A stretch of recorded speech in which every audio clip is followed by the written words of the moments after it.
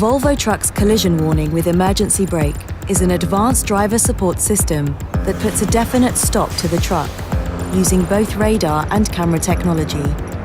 To demonstrate the system, we put together a traffic situation where a car behaves unexpectedly when exiting. As an extra challenge, we conducted the demonstration in a curve. The radar and the high-placed centered camera reads the traffic situation constantly, even in a curve. The head-up display is lit up when the vehicle in front of the truck is too close. If an unexpected situation emerges, the system kicks in and puts a definite stop to the truck. Once the truck has stopped, the system checks if there is any reaction from the driver.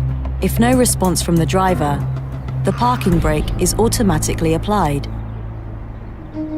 The collision warning with emergency brake demonstrates one of the industry's most advanced safety technologies.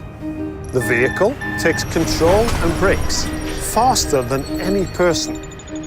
Professional drivers with their rich experience are able to read and predict most complex traffic situations. This is yet another step towards our vision of zero accidents.